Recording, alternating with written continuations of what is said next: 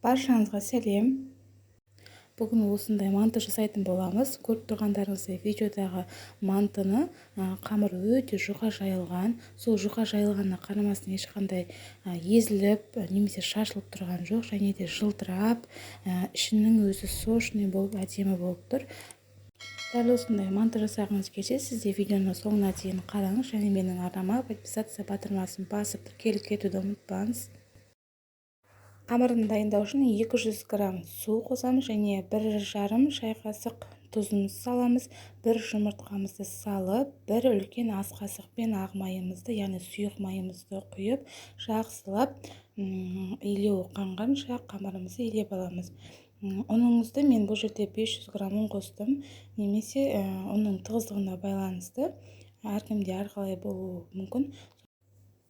Сұйық майды қосып илеуіміздің себебі қамырымыз жұқа жайылғанда жылтырап әдемі көріну үшін.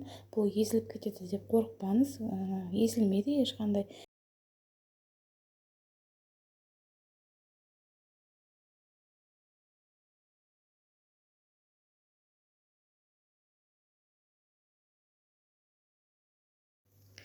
Кез келген қамырдың құрамына қанша затты қоссаңыз да, ол қамырдың июіне байланысты жақсы шығады. Сондықтан қамырыңыздың илеуін қандырып, арасында тіге қалмайтындай, қолыңызға жабыспайтындай етіп, барлығын дұрыстап илеуін қандырып алып, бірнеше минутқа, 10-15 минутқа тұндырып қойсаңыз, қамырыңыз өте сәтті шығады. Мен тұндырылған қамырды зуалаға бөліп қойдым. Дәл осы рецептпен менде 2 кішкентай зуала шықты, яғни бұл менде мантоварканың 3 листін толтырды. Қамырымыздың илеуі қанғанша біз енді мантының ішіне қосатын салмасын дайындайтын боламыз. Мен 500 грамм етті фаршты салдым, және картопты, асқабақты, пияздың барлығын майдалап кубик ретінде турап алдым. Пиязыңыздың көп болғаны өте жақсы, себебі мантыңыздың сочный болып шығуы осы пиязға да байланысты дәмін келтіреді. 1 шай қасық тұзымды, 1 шай қасық қарабұшымды салып, барлығын бір келіге етіп араластырып алдым. Мен мантыға ішмай қосқан жоқпын. Байқасаңыздар, фарштың өзінде мен ішмай тартылған кезде қосып жүрген болатынмын. Ал егер сіздерде фарштарыңыз қара кесек фарш болатын болса, кішкене ішмай қосып жүрсеңіздер дәмді шығады. Енді илеуі жақсы қанған қамырымызды осылай жұқа етіп жайып аламыз. Жұқа жайылған қамырымызды мен видеода көріп тұрғандардай әдістермен кесетін боламын. Маған осы әдіс ыңғайлы. Мантыңыздың көлемі қандай көлемге келтіресіз, өзіңіз осылай бөліктерге бөліп, пішінін көз мөлшеріңізбен өлшеп алып, кесіп ала бересіз. Бірінің үстіне бірін қойып. Дәл осындай әдіспен кессеңіздер, қамырларыңыздың кесілген бөліктерінің барлығы бірдей көлемде болады. Міне 1 қасық салмамызды салып, мантыны түйіп жатырмын.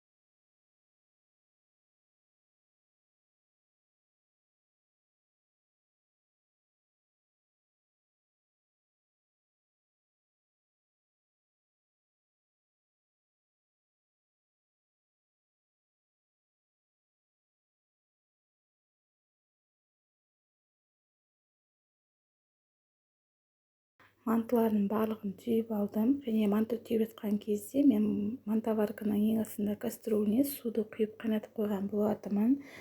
Байқасаңыздар, бір лайфхак ұсынамын сіздерге. Қайнап тұрған суға 2 ас қасық, үлкен ас қасықпен тұз салып, араластырып жесеңіз, мантыңыз піскен кезде асты жабыспай, жыртылмай пісуіне көмектеседі. Дайын болған мантымызды қайнап тұрған суға 45 минутта пісіріп аламыз. Дәл 45 минут болған кезде біздің ішіндегі фаршымыз піседі. Міне мантыларымыз пісіп дайын болды. Піскен мантыларымызды мен мантоварканың ішінен алып көрсетейін. Міне мантоварканың астына, яғни табасын ешқандай жабысып тұрған жоқ, және созылып қолмен алып тұрса да ешқандай жарылып кеткен жоқ. Түрі де жылтырап әдемі болып тұр. Дәл осы рецептпен сіздер жасап көріңіз, ешқандай жыртылмайды, және өте жұқа жайылса да ешқандай шашылып тұрған жоқ.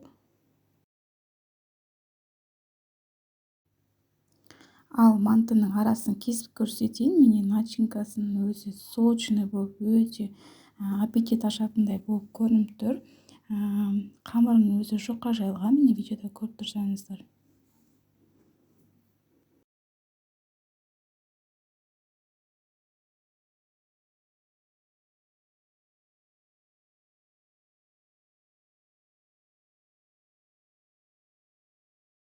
Және қазақша каналдың дамуына өз үлесіңізді қосып, видео рецептің астына лайк басып, комментарий жазуды ұмытпаңыз. Және алдағы уақытта түрлі рецепті жіберіп алмас үшін каналыма подписаться батырмасын басып тіркеліп алуды ұмытпаңыз.